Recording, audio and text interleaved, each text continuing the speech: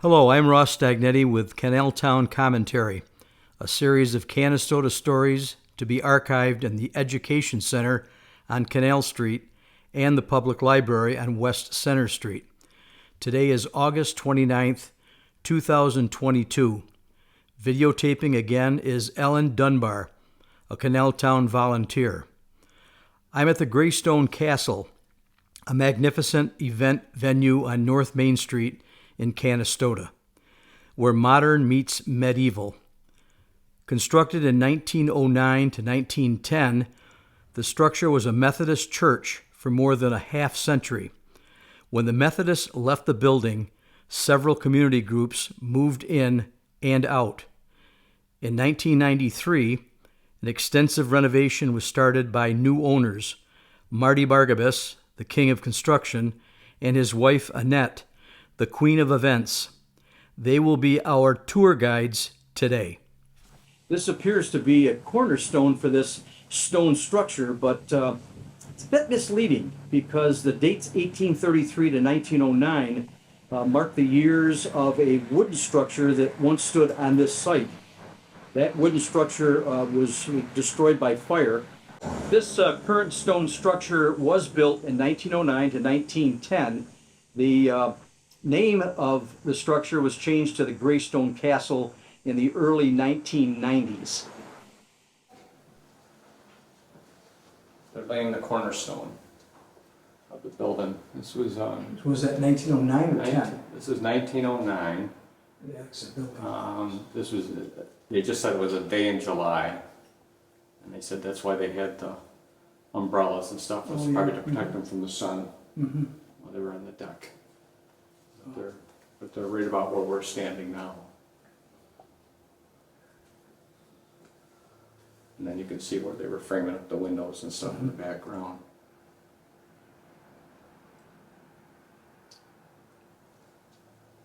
They just thought all the kids just come and watch them building the building back then, you know. Yeah, that's where I would be as a kid. Well, yeah, so would I. How they did that, It's amazing. Yeah.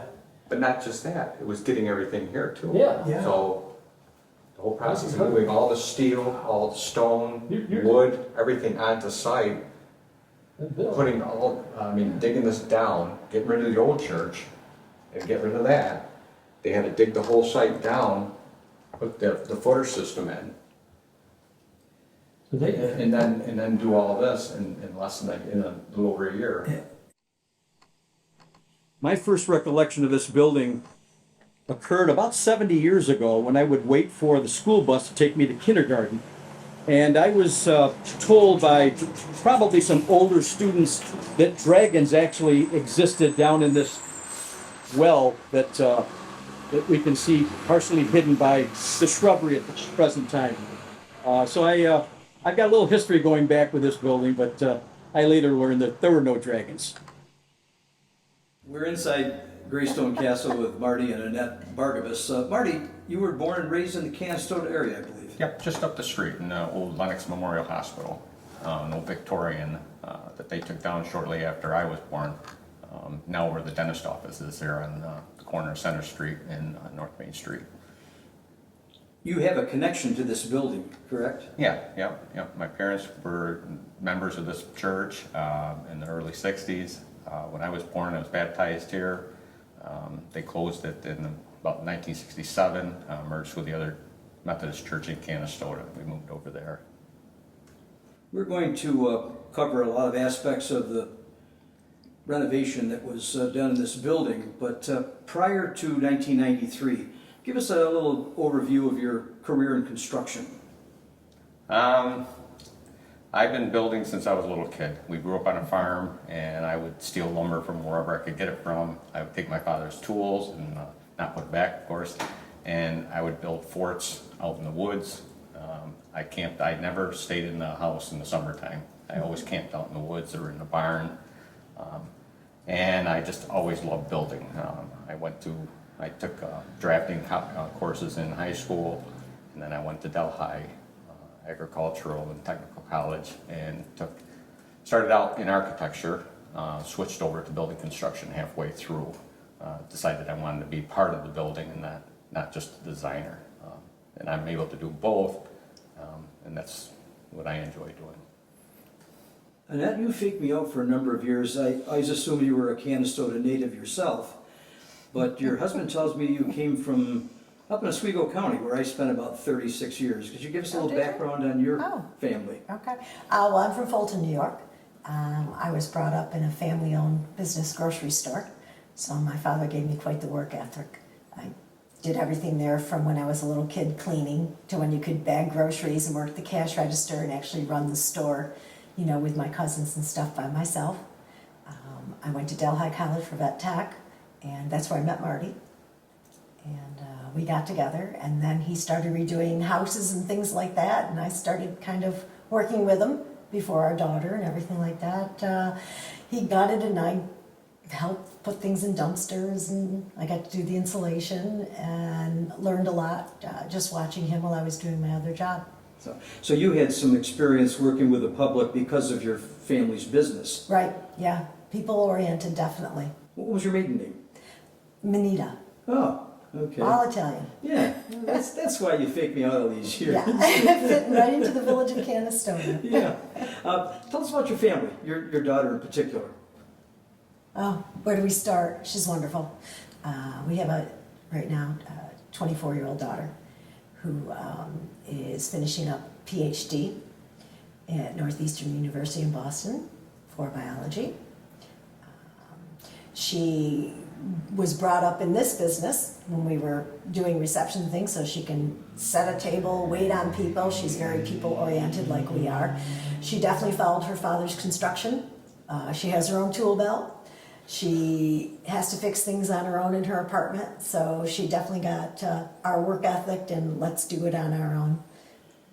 And her beginning was in this building. Yeah. She was, oh yeah, like I said, she did a little of everything. Yeah. She was born and raised the first 2 years, and we lived upstairs, and she was a little princess of the castle for a while. I was going to say, you know, Definitely our princess. referred to you too as the king and queen of the castle, so it has to be a princess. Oh, definitely. And that's Rachel. And quite an artist. Yeah, cool. You mentioned earlier during a conversation that you folks developed a bed and breakfast. Could you tell us a little bit about that?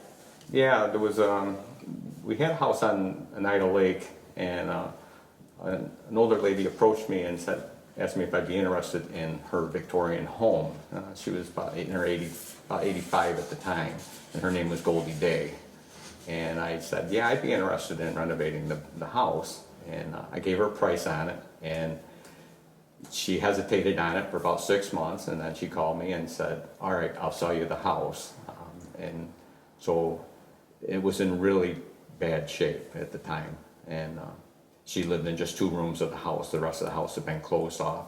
Her husband had passed away in 1960, and the way the house was at the time he died, it never changed. They still had a 2-seater outhouse on the back of it, and The cistern in the basement. yeah, and so I bought it, and she moved out, and we worked on it for a couple years, and we decided to turn it into a bed and breakfast. It was just a beautiful, stately home, and we ran that for about 5 years. Yeah, so more of the people business. Yeah, so. Cool. Yeah.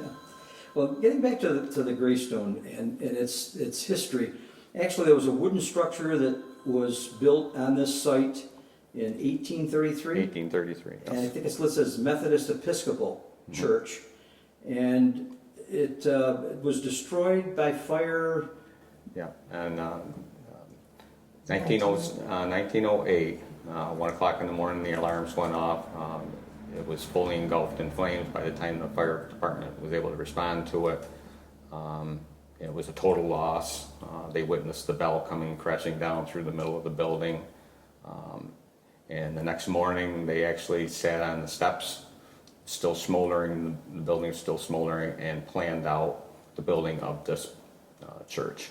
Is that the same bell that's housed outside? Yeah, it's not the same bell, but the bell that's out there was cast from that bell. Okay. That was cast in 1858. Okay, then I stand corrected. And during construction of this building, where were services held? For a short time, they were held at the Bruce Opera House in Canastota. And then it was shortly after that that it took them about a year to put this building up. And then shortly after that, the Bruce Opera House caught fire. So, and then services started here on August 21st of 1910. And then the dedication was December 18th of 1910 of this new building. And the Bruce Opera House was on the west side of Peterborough Street. There's a historical marker that kind of indicates the site of that building, I believe. I'm not exactly sure. Some people say it was where the Avon Theater was Yeah, I've at heard one that point, too. and some say it was over behind where the New York Pizzeria is right now. Oh, okay. That's where I remember it being. We'll have to check with Joe DiGiorgio on that one. Yeah.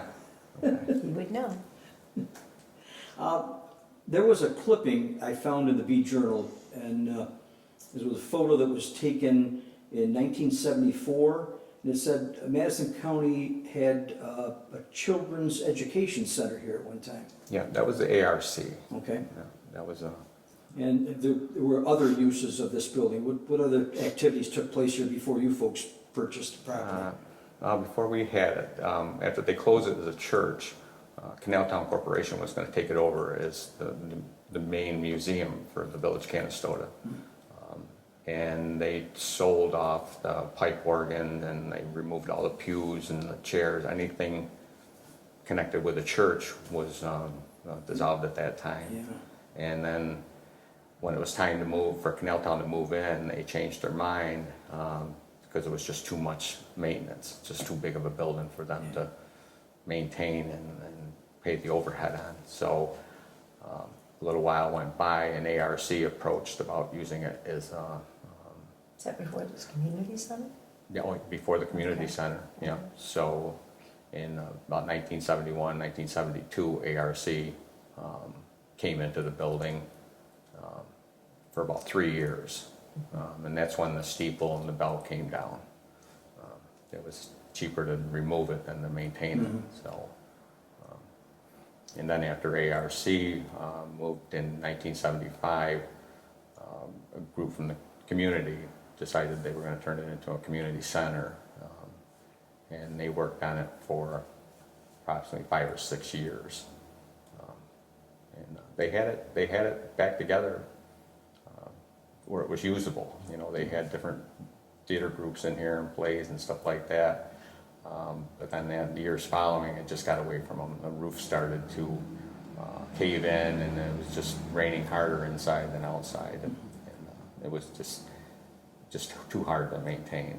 So, I think they had Boy Scout classes here too. well, they had the boating in here. They had Yeah. the Boy Scouts. They had the Boy boating Scouts, yeah. here for many years. And when the school burned down, Spencer Street Well, that School. was back in the 40s. So, yeah. Yeah. So. From the photos that I've flipped through, this looked like an overwhelming project. Why and when did you get interested in purchasing and renovating? I'd driven by this place 100 times and not even paid any attention to it. And it was just a sunny day, and I decided to stop and started looking around, and I started asking questions about who had the building, and That was about 1991. that was I wanna say. 91, yeah. Yeah. And I found out who had it, and it had been closed up for about 7 years, had been used and stuff. And I just had asked them what their intentions were with the place, and gentleman I was talking to, he said, you know, right now we're just waiting for more grant money to come in to secure the building, you know, to fix the roof and stuff like that. And at that point, because it was closed, they weren't going to get any more grant money. So their next step was they were talking about taking the building down. And I said, well, give me a chance at it first before you do that. And they said, well, we can't sell it to an individual. We can't sell it to a private person. We have to open it up to not-for-profits, or anybody, village organization, stuff like that, has first dibs at it. And I said, okay, as long as they're willing to preserve the building. Sure. You know, I don't need to own it and stuff. But I said, I'm the last option. And that's what it came down to, so, yeah. There's a lot of red tape to go through to become a private owner. Yeah. So to get things turned over from a not-for-profit, especially a church, to a private ownership, it was a lot at that time, going through the state and everything. Take us through some of the steps from purchase, closing, purchase price assessment, and on we can go with zoning issues and whatever. I gotta believe that it was pretty complicated. Yeah, a lot of it caught me off guard. I thought it'd be a lot easier process than it was. It's funny that my attorney, John F. Robertson, his dad was part of the original building committee of this church back in 1909. And he was the lawyer that was helping me out to get it turned over and stuff like that. So he worked hard on my behalf. But at the same time, he was telling me, because you're buying it privately, don't expect a lot of community help. I go, no, you're wrong. I said, once they see me start on this place, once they see me put my money and work and stuff, I said, they'll be coming in the doors and stuff. So we left the doors open for the first 2 years while I was renovating, and he was right. Nobody came in the door. So Well, people walked by because they were curious to see what was going on. yeah. And then they would send the codes officer in to find out what I was doing and stuff. But they wouldn't come in. And I told them, I said, if anybody wants to come in, they're welcome. I'll answer any questions they have and like that. And no, they didn't do that. And then I think it was more they were skeptical too, because you were such a young guy, and so many people had kind of failed, and it was in a neighborhood. And they're like, what's this young guy going to come in and do? yeah, and that's what I heard a lot of. Here we go again, and somebody else trying something, it's not going to work. Definitely. And I said, well, let's see what happens. So, What were the zoning issues? the zoning issues, when it was used as a church, it was always classified as kind of a commercial business, with the weddings and the ceremonies and the banquets and stuff that they had here while it was a church. And even when the Canastota Community Group owned it, it was still zoned commercial for commercial use, for the plays and stuff and community use and stuff. After I worked on it for a little over a year, I was notified that because it hadn't been open and used for a year, that it went back to the residential zone of the neighborhood. And in order for me to do the weddings and things that we wanted to do in here, we'd have to get a zone change. And that was a tricky process. There were parking issues. The county turned it down unanimously as far as the zone change because of parking issues and stuff. And because they were worried about what a commercial zone, the variety of things it could be used for with that zone, even though I was telling them what I wanted to do with it. So I needed a major majority vote in the village board of trustees and stuff, and I was able to get that. It was Well, Madison County Planning Board turned it down to local jurisdiction. Right. So that's where it came down to. right. So I had the mayor at the time, Mark Libanis and stuff. He had my back, and I got a good recommendation from Rocky DeVeronica at the time. He was the president of the community center group that was in here. He stepped down a few months before we closed on it, but in stepping down, he recommended that the building be turned over to me. He liked my ideas and what I wanted to do with the building going forward. So that probably turned the tide on the way people were thinking. I think that helped me out a lot. And I don't think I let him down. Mm-hmm. For so many years, this was tax exempt because it was a religious property, and then it was nonprofit and community oriented, whatever. How would they assess this building, especially in the condition it was in when you bought it? Right. Well, it never had been taxed before when it was a church and stuff. The assessment on the building at the time when it was a church was still at $240,000, even though it was exempt.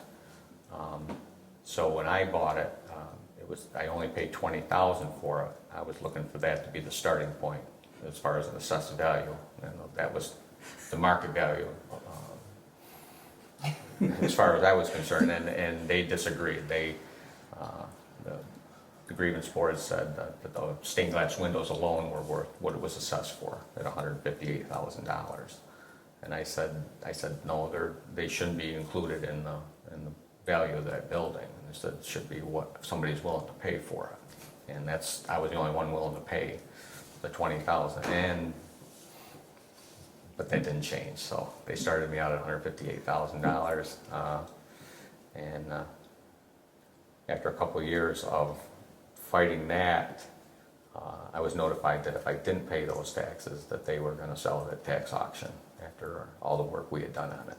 And that bothered me a little bit. So we came up, we did, I doubled down on the work and came up with the money to pay the back taxes and stuff like that, and we moved forward. Yeah. So, And you had a dealer come up and offer to buy the stained glass window. yeah, we had people that came up from Tennessee that wanted to buy the windows and stuff, and I wouldn't sell it to them. So. Yeah, it's like, no, that's not happening. Now, I read the paper on a weekly basis, and I see where businesses, private businesses, are getting tax breaks. They don't have to pay sales tax on building materials. You didn't have any of those. No, we didn't have any of those advantages. perks.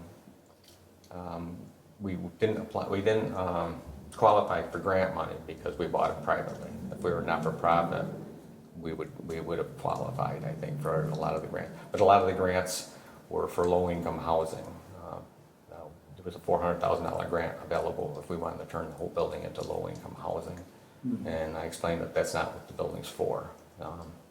And so I said, we want money for restoration work. And they said, well, there's nothing available for that. So it was, we borrowed what we could.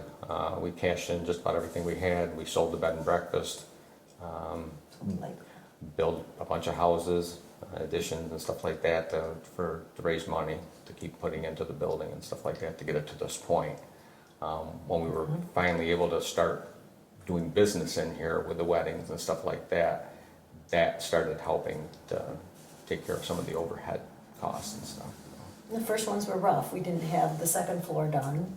Yeah. Painted plywood. Yeah, the first two weddings that booked with us, we still whatever, had insulation on the walls, plywood floors and Right, it stuff was a like local that. Canastota girl who was putting up the insulation. It's like, I want to have my wedding here in May. And it was winter time, and you're like, Yeah. oh, it's going to be done. And she goes, yeah, I want to have it here. So Linda, Yeah. we did our first wedding, a girl from Canastota. She had the confidence to get it done and made it happen. Yeah. So the project started in 1993. Yes. September of 1993, we closed on it. We started working on it right away. Did We a had wedding in May of yeah, we had to stabilize the roof first. A lot of it had to be jacked up and re-supported and stuff like that, where that was caving in. And then we have Campany Roofing come up on the top, where it's more of a flatter area, and he put in a rubber roof up there for me. And that kept at least the rain from coming through the building. So, Because the water was up to your ankles and every varmint in here was flying around. yeah, we had to trap a couple raccoons and Right? You had chase a all the trap. pigeons Right. and bats and everything else on Resident there. cat killing the pigeons, and Yeah. yeah. We were outdoors earlier, and you didn't have any dragons, right? Because that was my first. My You didn't have to slay any dragons. No, I used to take the school bus to kindergarten 70 years ago, and the older kids must have told me that don't go near the building because in that well there's some dragons down there. And I don't think there was any wrought iron around it, so I stayed away from it. that's funny. Oh God. Well, during the course of our tour, I'm sure you're going to fill us in on some of the trials and tribulations you had as far as the construction, the reconstruction of this building. So I think we're ready for our tour. We're in the ballroom of the Greystone Castle, and Marty, could you tell us what condition this area was when you purchased the building? When I came in, most of the ceilings had collapsed. The lath and plaster was just hanging from the ceiling. It was soaking wet in here. The roof had started to cave in, and anytime it rained, it was like a funnel effect. It would just come right down through the center of the building. It was full of debris left over from the different groups that had been in here and stuff like that. There was an orchestra pit that was over here, and they had covered that up. All the walls had wood on them. Back when Barkley did the lattice work, had the factory in Oneida, they would take all the pieces that they threw in the dumpsters and they bring it here in truckloads, and they would make 2x10s out of it, and they would just screw that to the walls, and that wood lath went all around the building, covered up windows, everything, not the two big windows, but most of the other stained glass windows were covered with it. They had pigeons flying around, they had bats flying around when I came in. Most of the windows had been broken. All of that, the dome and stuff was falling apart. The stained glass windows up there were mostly in pieces and stuff. They had thrown insulation above it, and that got wet and frozen, and when they pulled that off, it pulled all the glass with it. It was a mess. The stained glass that's in place right now, how much of it is original to this building? The two big windows are mostly original windows. We didn't have to replace too much of those because they were covered up back in when the community center had the building. We put wire mesh over those windows to protect them from the stones and stuff. So that took care of that. But the rest of the windows were pretty much taken out by stones and baseballs and whatever kids had to throw against them.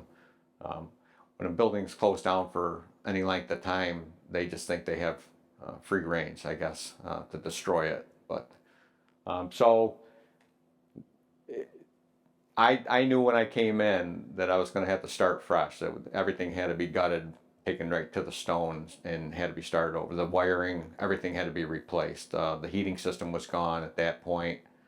We knew we had to redo all of that. So it was there wasn't a question about what we could save at that point. It was how to bring it back, It was what we had to do to bring it all up to code and stuff like that. When it was a church, where did the congregation sit? Where was the pulpit? Well, when it was built as a church, it was a theater kind of effect where it all sloped to the front. So the walls the floors starting at this point sloped about 3 feet to where you are up at the stage area now. So this all had to be leveled. We raised the stage to give us room underneath for storage and stuff like that. We added the dance floor. It wasn't originally as a dance floor, but it was for when we did plays and theater. It gave more seating where they were down lower. The people around the perimeter could see over their heads. So that's why we did that.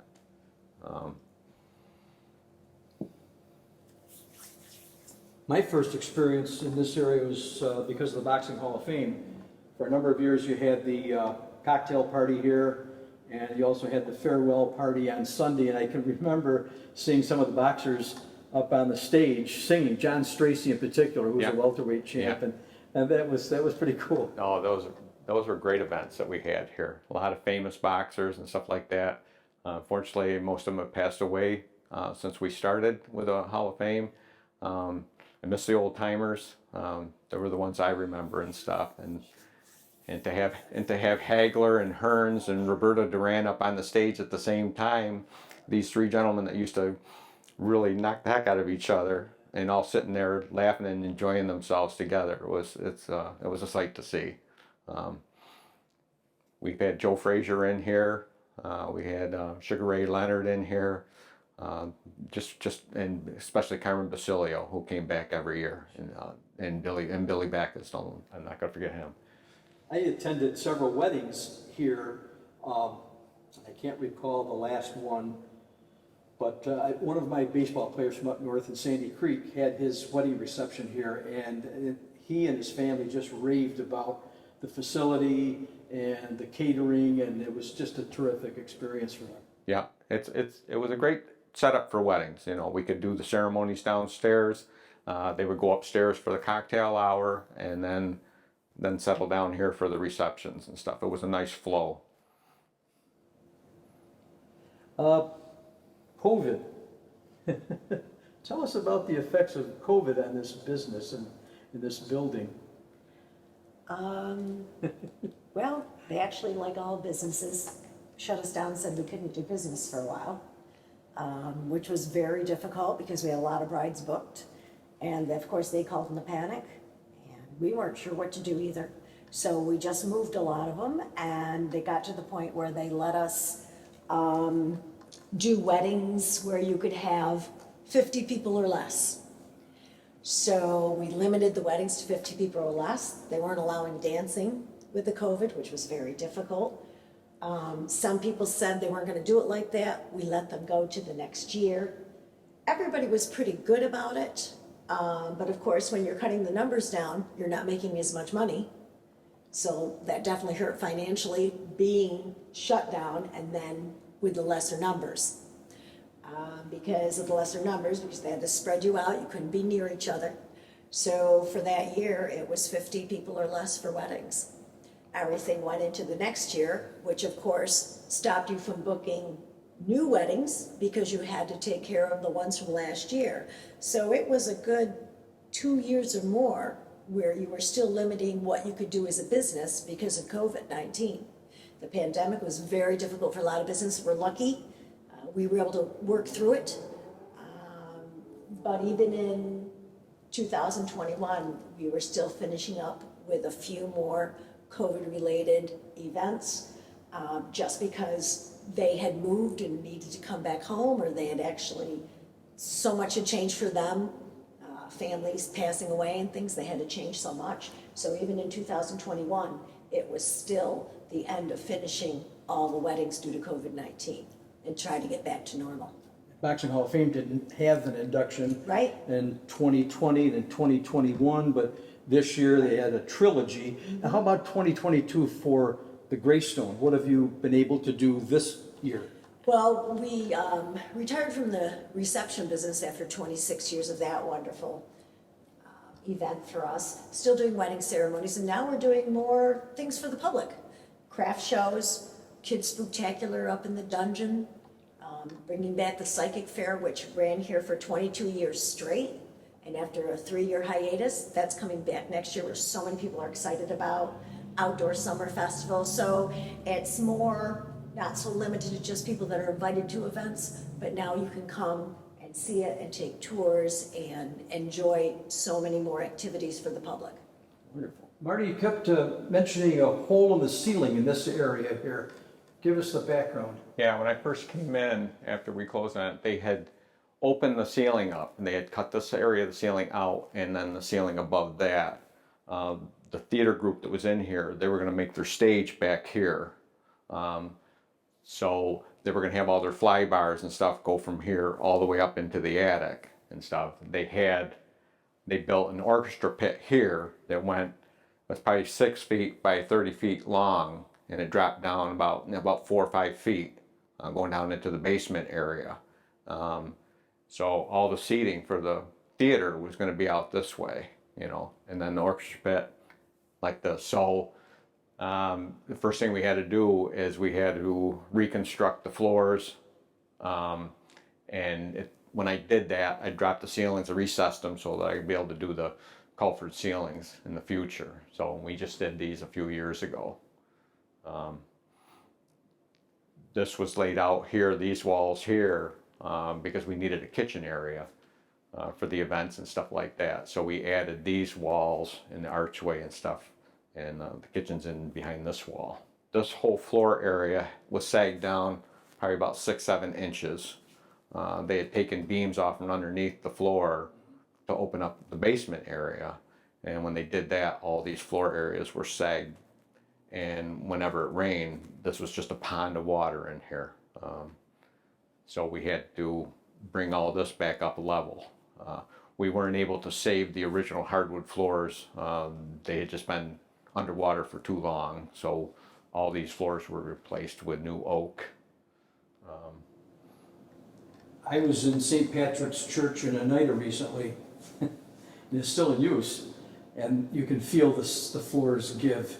Yeah. There's some bounce to them. I don't know structurally what's going on underneath, but Yeah, we put some beefy beams in and stuff like that. So there's no bounce to these floors now. But this is what it looked like back in the 50s. late 40s and early 50s when it was used as a church. And all that was taken out after they closed this as a church. They were all removed.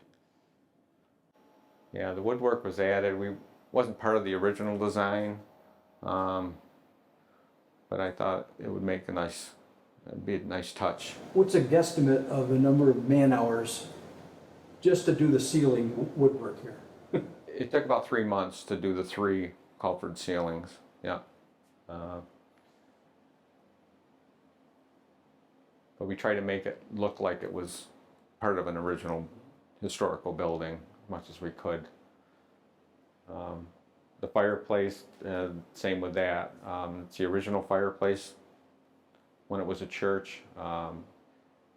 It was just plaster on the top, so we added all the wood to make it nicer backdrops for wedding pictures and stuff. So you folks are still doing wedding ceremonies? Ceremonies, yep. Just So not people, full-blown yep, reception no, with- people can still get married here. They're very welcome. We're lining some of those up for next year and later this year.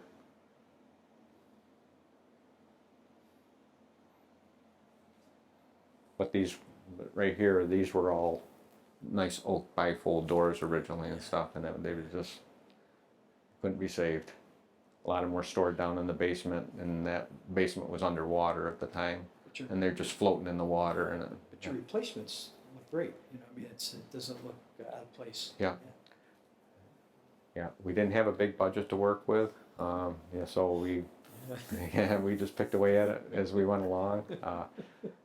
We let a lot of the business that we were bringing in at the time pay for a lot of the renovations. We didn't try to overdo it.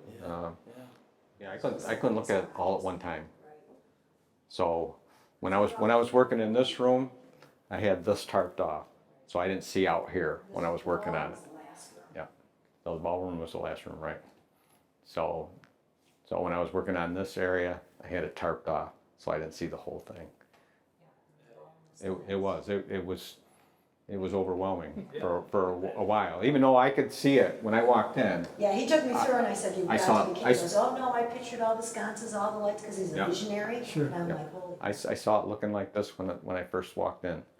You know, I pictured this, and I used to come in here at night and just hang out, and just before I even owned it, you know, I knew the combination of the door, and I would find my way in, and I'd sit here and bats are flying by and pigeons and stuff like that, and I was just, yeah, and just picturing the whole thing. But because I could see it like this, I wasn't overwhelmed, you know, at that point. But once I got into the construction part of it and saw what had to be done, then I had to tarp it off and just do a section at a time. Yeah. But You must have had a lot of confidence in them, I mean. No, I told him it was nuts. I prayed he wouldn't get it. Because I'm like, who's going to, Oh, yeah. because I knew I was going to be the one to clean it. I'm like, oh my God, please now. Because we had the bed and breakfast. when I came home to the bed and breakfast, Oh, I yeah. said, you know, I stopped by that old stone building there in the corner in Okay, okay. Canastota, and I said, I found out who owns it and stuff like that. And she's like, no. Please no. Who's going to clean that? Oh my God. And that, you didn't have any attachment to this building, I mean, you grew up in Fulton, so Yeah. it's like, you know, I mean, for some of us, it's really cool, it's been Right. brought back. Yeah. To me, it's like, oh my gosh, it's more work. Well, we've just gone through the restoration project of the bed and breakfast. and running that for 5 redoing years. that. Well, yeah, but bed and breakfast, Greystone. Right, Yeah. and one of the reasons that this came into play was that they wouldn't let me expand on the bed and breakfast. Right. We wanted to add 2 more suites onto We the had bed and breakfast five at rooms. the time, and they said, no, you can't, you already have your 5 rooms. I said, yeah, but the taxes are so high now that you brought it up, that we have to compensate by adding 2 more rooms on. And they said, no, you would have to rezone it commercial and put in a commercial kitchen and sprinkler systems and stuff Yeah, it like that. changes when I you- said, then we'll have to sell it. And they basically said, do what you have to do.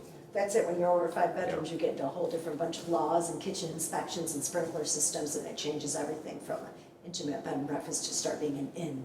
Yeah. And So what's puts you that in a whole property other now? category. Actually, we sold it to Wisconsin Indians. Ooh, I don't know if she- Yeah, well, and they And the assessor was excited because it sold for what she had it assessed for. And I said, yeah, but now you're not gonna have any of the bed tax, sales tax. You're not gonna have any people that are staying here, going to all the local restaurants and supporting them. I said, you know, you shot yourself in the foot. If you just let us add on, that would even brought the assessment up a little bit more, and we would have stayed in business. So, you know. They have slot machines there? No, no. They actually bought it when they were going through this whole land claim thing because they were part of the original Oneidas, and they needed to set up a residence here in land claim area to be part of That's the connected to the settlement. Stockbridge Nights, right? I think. Not the ones there. These are right out of Wisconsin. Wisconsin. They have the big casino out there, and they take good care of the place. They pay taxes, but you don't get any of the other That's a whole ones. other story. Yeah. So the stairs when we got in here, you had to stay tight to the right side because everything was rotted. That whole left wall, and the stairs just dropped down like a foot on that side. The stringers were all rotted out and stuff like that. That all had to be rebuilt. That whole wall, all the stained glass windows, everything had to be put back together. The railings I found up in the attic. At least they didn't throw them away. They were gone. Yeah, until recently, my only experience was on this level, and then you took us on a tour of the other levels. That's whoa! I literally thought that to get to the top, that there would be some kind of rickety staircase, you know, dark and dank, and Yeah, and there was. And there was. It was. There are a lot of levels there. It was tricky. Okay, we're now in the tower, and of course, every castle has to have a king and a queen, and what a terrific location. We're about to take a tour of the dungeon here at the castle. So away we go. Check out those doors. Woo. Come on up.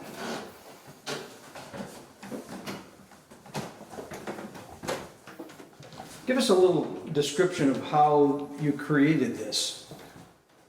Well, originally it was just a structural project. A lot of the old beams and stuff they had up here were in pretty bad shape. They were in the middle floor areas that didn't support them from underneath. So we had to reconstruct everything. We had to put all structural beams and stuff in here. And while I was doing all that, I started to cover it up with the plywood and stuff to add to the strength of it. And then I just kind of kept going with it. I said, well, this would make a nice haunted house up here and stuff. So we kept going with it, and we started painting the blocks on the walls, and I had my daughter up here, and I said, you know, I need to put a dragon up on the ceiling. Can you do that for me? And she goes, okay. And so she's done a lot of the artwork with me up here. How long did this take? This is my winter projects up here. So when I wasn't building in the summertime, I would come up here. It would be cold up here, but it was a lot of fun. So this is probably about a 10-year project up here. And when did you start this area? What year? Oh, probably about 2010. Okay. Yeah. So I started doing all the reconstruction and stuff like that. And we've just been adding pieces to it as we've been going along. We had the dragons and the artwork and stuff like that over the years and stuff. And what do we have here? This is our drawbridge. You know, this whole wall all comes down like that. There's counterweights inside the wall and stuff like that. So we can take that up and down. I have it up right now. So this is supposed to be the moat? Yep, so this is kind of the moat area. Same way with the dragon over here. And yeah. Not too scary for the kids, just enough that they hang on to their parents as they're going through. So what kind of activities do you have here the last couple of weekends in October? Right? Yes, yeah, last 2 weekends. Do you have actors and actresses and? Well, yeah, amateur, very amateur, yeah. And same group of people we've had every year, for it and stuff. And, I'm usually Dracula or something like that. And so we mix it up a little bit. But, Wow, this is just unbelievable. yeah.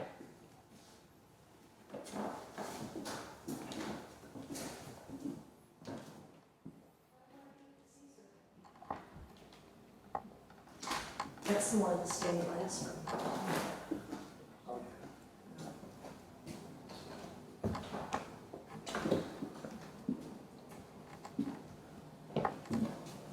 Okay, Marty, how would you describe this area? It's the dungeon? Yeah, well, we were trying to set it up like it looked like we were in the outside of the castle instead of Okay. inside. So we have different rooms to walk into. Right. But we kind of wanted to make it look more like the exterior. Some of these windows came from our original to the building, but they're from the kitchen downstairs. Had these rebuilt, and I put them up here. And then all the light fixtures and stuff, we just been buying as we've been going along. These I found they were rusted in the barn, and we restored these. A lot of the framing and all that is all recycled wood, that we got off other projects and stuff like that. We were able to reuse them up here. We probably brought about 600 sheets of the OSB board up here, and we needed that because it gave it the texture of the stone. Yeah, sure. Look and stuff like that. Looks like stone. But one sheet at a time. Brought it up the stairs. So Just the amount of time to recreate its stone effect, that's amazing. yeah, but it's I don't have a lot invested money-wise because, like I said, everything was repurposed. The doors, they were given to me by people and stuff that just were getting rid of them, and they just were in bad shape, but they cleaned up well. Sure. So we were able to use all those. Yeah, the lighting's great. I mean, this really gives Yeah, it an atmosphere. Wow. yeah. All of the windows here are original to the outside windows that are up here. Now, do you and Annette do the Romeo and Juliet routine here? No, not in here. In the tower we do. Yeah. Well, let's see. So.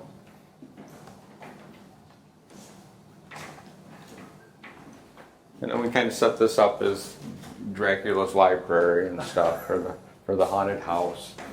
And then we have our secret doors and stuff like that. So the kids kind of get a kick out of this. And that opens it up to different areas.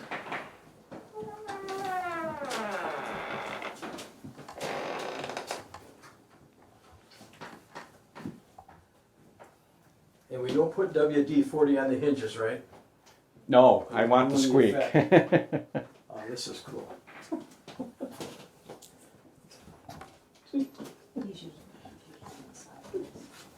What's in there? Yeah. And this is Frankenstein's laboratory in here. We'll have this set up.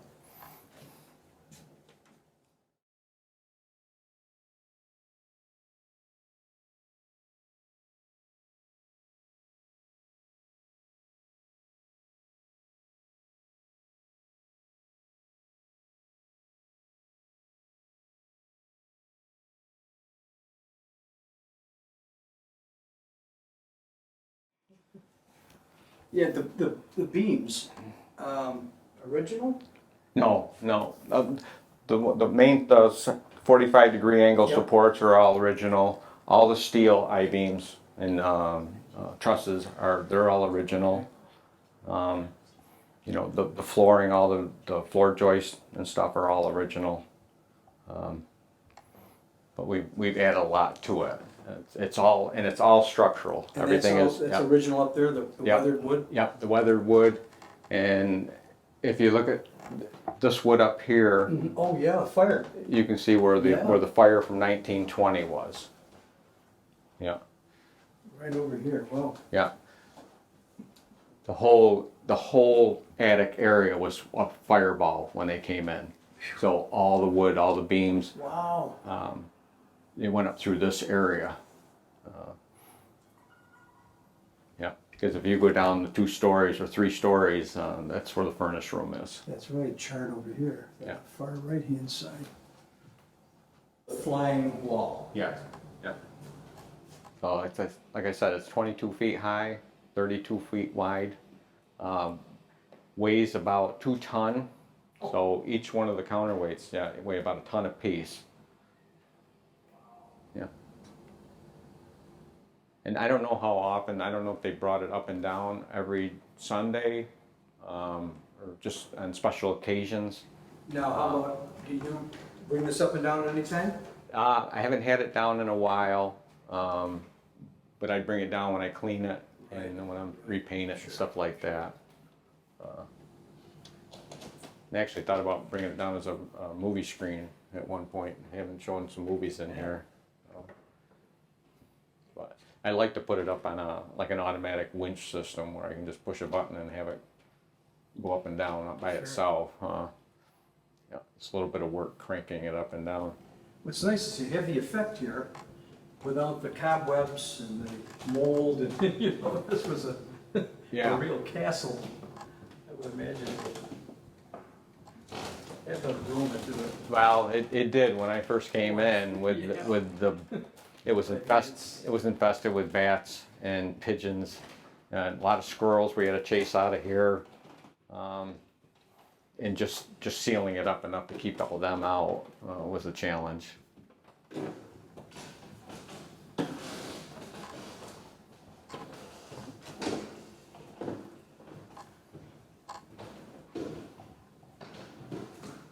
That looks like a guillotine from the French Revolution. Yes, yeah, we just No. added that a few years ago.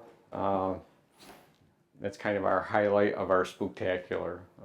We paint faces of pumpkins and stuff, and we put them in there. We have a whole row Oh, of them, pumpkins, okay. pumpkins, and the That's good kids, to know. yes, That's good to know. and the kids get to put their pick out which one they want executed, and we put them in the guillotine and chop their heads off, and the heads pop down the door there and right to their feet. So. That is cool. Yeah. So, and when we're doing that, you know, it's dark in here. When we pull these curtains and stuff like that, we just have special lighting and uplighting and stuff like that. And we get a fog machine going and have the music going and stuff like that. It is kind of creepy. So yeah, so to give you an idea how the guillotine works, bring it up all the way. We put the pumpkin in there. It's a clean slice. The head rolls out. It sounds like Yeah. guillotines in the movies. And the kids are like, French "Whoa!" Revolution. So, Oh. yeah. And then we have signage on the stockades over here, and the kids take their pictures in there. We have signs that say, I didn't do my homework and stuff like that. And that's why they're in the stockade. And And that said, you used your daughter as the guinea pig on the yeah, back. yeah. We just added the rack, all repurposed. I took down a building and reused all the lumber and built my rack, and we can put the kids on there and stretch them out if they want to be taller.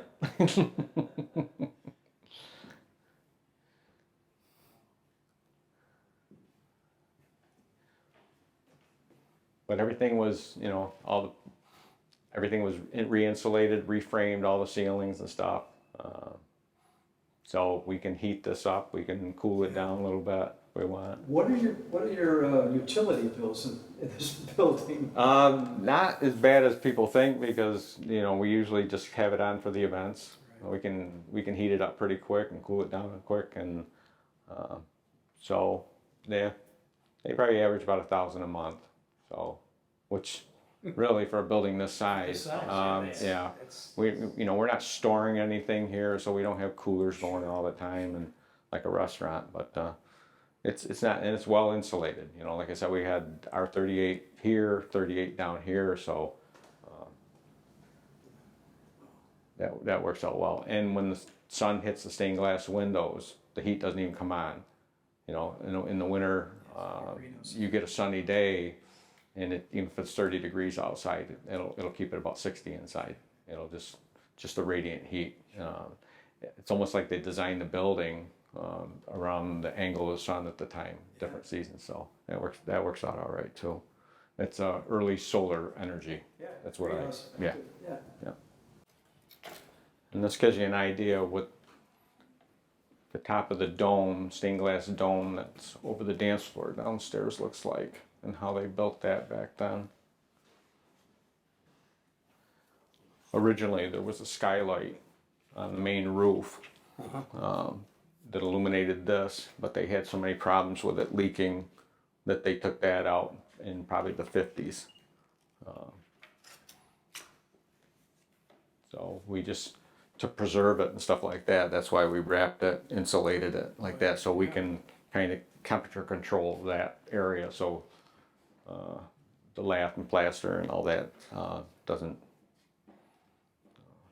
get too many temperature changes.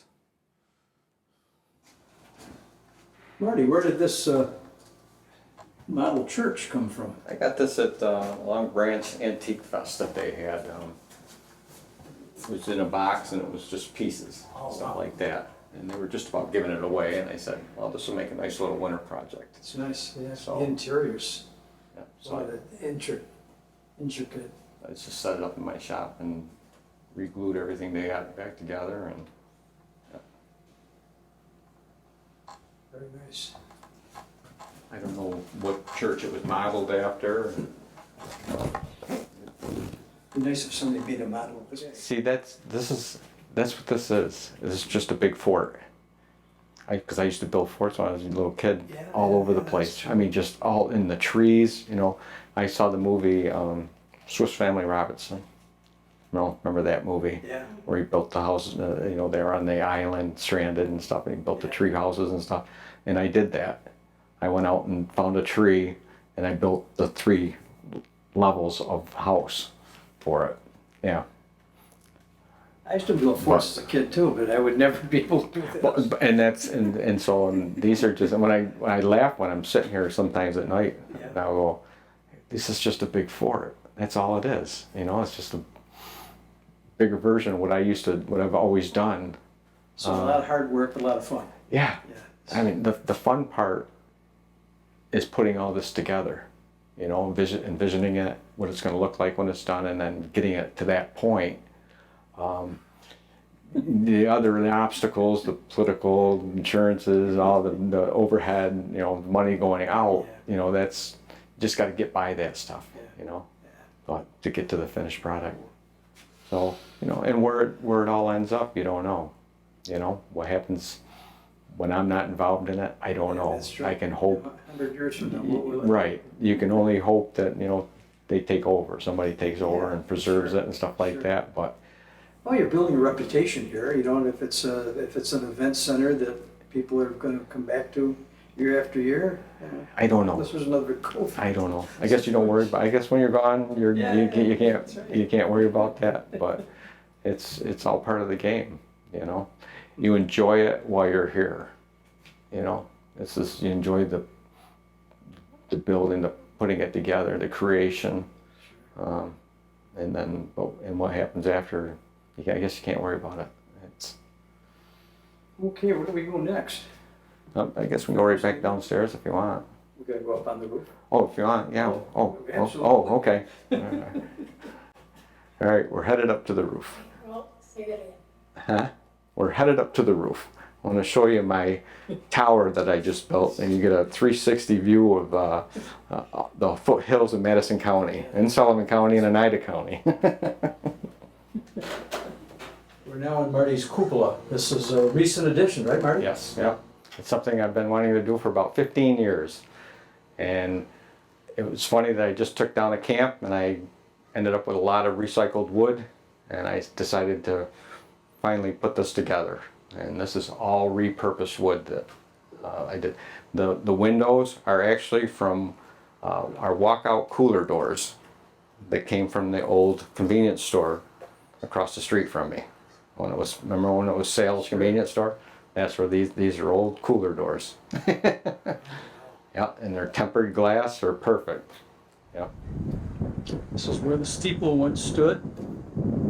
And Marty, you said the steeple was removed in 1972. 50 years ago. Yeah. So when they took the steeple down, they took the bell down at the same time. The bell kind of floated around the village for a number of years, and ended up over in this little park here.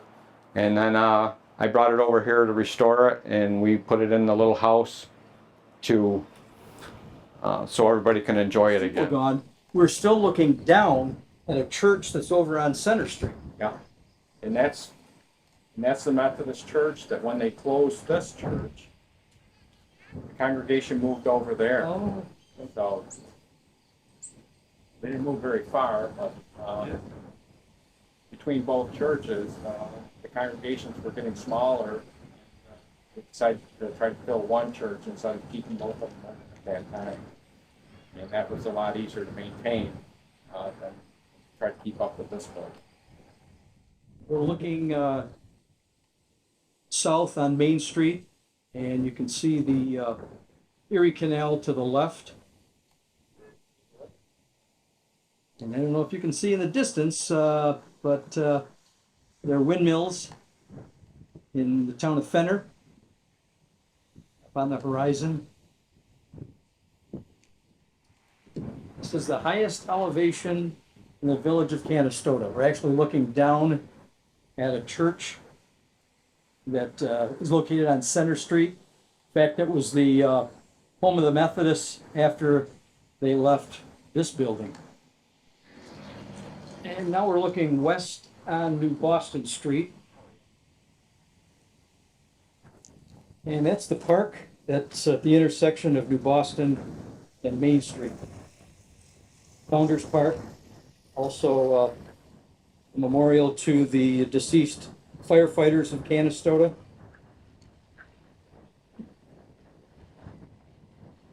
This is where New Boston Street intersects with Main, and also one section of New Boston becomes Chapel Street.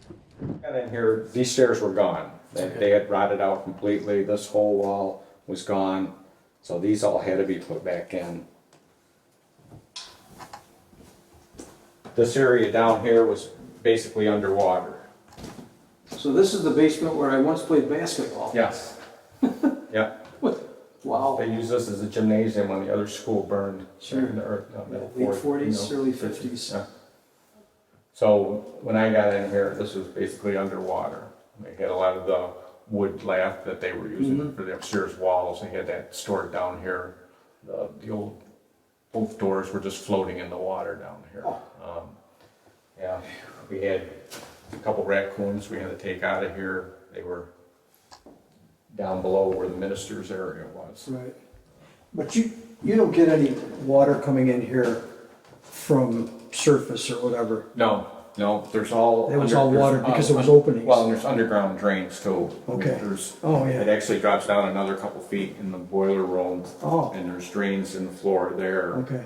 So like a French drain type Yeah, of thing. because the sewer lines and everything are down probably 12, 14 feet. So they're way below all the footers and stuff. Now this brick pillar here, is that? This is the main pillars. So upstairs where I was talking about how they're hollowed out in the counterweights for that flying wall. They all come down inside these pillars. Okay. They probably don't get down this far, but pretty close to it. But when that wall is all the way up.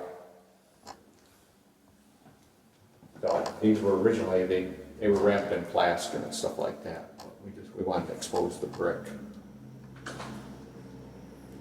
Good looking basement. So that's the original building committee. Planned it out while the other buildings, well, the original church was still. Was it mounted on that wall? No, originally it was upstairs in the foyer. Originally, when we got in here, we dug it out. We found it and put it down here. Nice shape. So that J.L. Robertson. Yep, It's John Lawrence Robertson was the father, John F. Robertson was the attorney for Canastota. And they can trace their heritage back to Reuben Perkins, who was the founder of the village of Canastota. Right, yeah. So, on all our deeds, abstracts and stuff like that, it goes back to the early 1800s, Oh yeah, the abstract. when this land was originally purchased from Reuben Perkins. You have the abstract. Oh, yeah. Yeah. Yeah, That's my cool. abstracts go back all the way about Oh, that. yeah. Yeah, History. 15 years ago. So we were doing a lot of weddings and stuff upstairs, and doing well upstairs, so we had a little money to work with, and we decided Yeah, to yeah. redo this area down here. This may sound a little odd, but this could also be used as a funeral home. Yeah, well, we had some services It in is, here. yeah. I mean, it gives the feel of a funeral home. Yeah, so we do most of our ceremonies and everything are down here. That's nice. Yeah, I think it's beautiful. Stained glass window that came out of antique area of Bulkville. And originally that was going to go up in the gable upstairs. It's a 7-foot window would have fit right in that opening, but we decided to put it in the ceremony site instead. What if you had to build this from scratch? Same materials that you've put in, and the original structure in 1909, to build this literally from scratch, how many millions of dollars would it cost? Probably $8 to $10 million. Yeah. And that's if you can find the material. Yeah. You know, the wood today is just different than the wood that they had back then. That's true. Yeah. You know, all the window casements and stuff that are original to this building that are wood are just as solid as the day that they were put in. And if you try to do that with the wood today, it'd be gone in 10 years, being close to masonry like that. Yeah, that's right. And just the price of what the materials have gone up to right now. There's no way I would be able to do this again. Oh, that's right. There's no way. Yeah. It just everything is just quadrupled. Give us an example of something that went into construction here, a basic building material, then and now. I had these floors put down at about, including material, about $4 a foot. And now to buy the material and have them installed, sanded down, poly and stuff like it would be about $12 to $15 a foot. And there's 4,500 square feet of that down here. So just that alone, I was able to redo this whole area down here for $50,000. And now it'll be about $200,000 just in material. So that's 30 years of inflation. Yeah. You know, the stone wall. Look at on the brick. Is that original? Yes. Yes. And that's the fire to the boiler room. Oh, okay. Boiler room's through here? Yep. Okay, so now we're down in the bowels of the building, and Marty, tell us the little history of the heating systems in this building over the years. So back when it was originally built, where I'm standing here was the old coal storage area, stuff like that. So the coal was brought in truckloads and come through the openings and stuff and shut and came down in here, and the boilers were over in this area. And they actually had a guy that just about lived here in the wintertime because he had to constantly feed the boiler for the steam system. But the original heating system was the forced hot air, and that's what caught fire in 1920. So this whole area, and the way it was built with the stone, with the brick walls and the steel ceiling, that protected it for a while. That killed the flames for a while, but eventually flames made their way through the ductwork, and then once it got through the ductwork, then it made itself up through the middle of the building.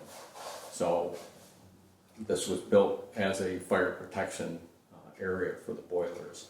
When we got in here, because the heating system had been shut down for so long, all the radiators froze up and they kind of blew apart. The two boilers that were down here, We worked one day on it with torches trying to cut them up, and another day with steel saws trying to come up, and we didn't even touch them. So we got a tow truck and we dragged them up the back entrance here. We dragged them out of here, and that's where they went. They went down the road. And this boiler here was donated to the Canastota Community Center back in the late 1980s and stuff. And it was still in the crates when I got in here. And we were able to assemble that and then do all the heating zones and stuff like that. And there's that was about $17,000 on top of what the boiler cost at that time. Now you'd probably be looking at over $50,000 just for the pipes and zones and stuff. But it takes care of the whole building. It's about 585,000 BTU, and it takes care of the two main floors, and then downstairs here where the ceremony site is, we have 2 forced hot air furnaces that service these areas. And the little boiler services the apartment upstairs. So During the course of this entire project, how much of the labor did you have to hire out? minimal. I worked with a lot of guys that knew what they were doing, because as far as assembling all of this, I didn't have a clue. Right. So we brought Dennis Russo in, and very knowledgeable about this stuff. And then he basically walked me through the whole thing. He would tell me what I needed to do.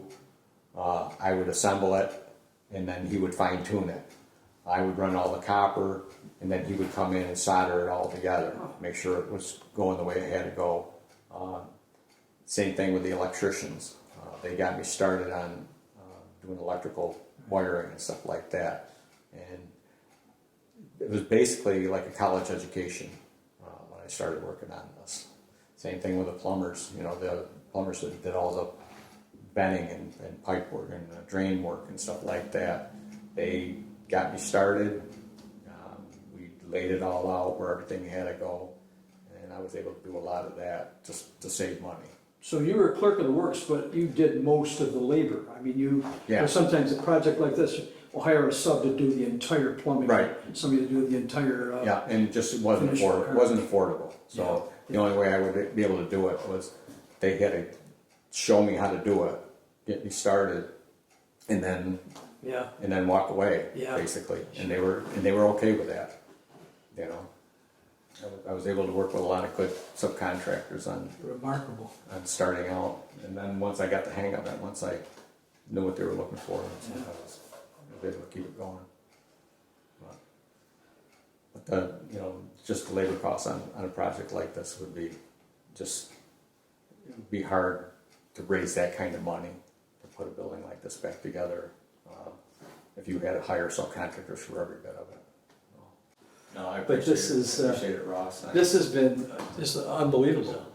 This has been more than an interview. It's been a tour of an incredible facility. I mean, there's elegance in Canastota. There was a promoter who came from California almost every year, and when he'd walk in here, he would look around and say, "Wow, is this Canastota?" I said, "Well, it's a little piece of Canastota." Yeah, incredible. Yeah. And my grandkids will be here in October. Yeah, and it's fun to show it off. Yeah, I wonderful. To people that appreciate it. Thank you very much. Thank you.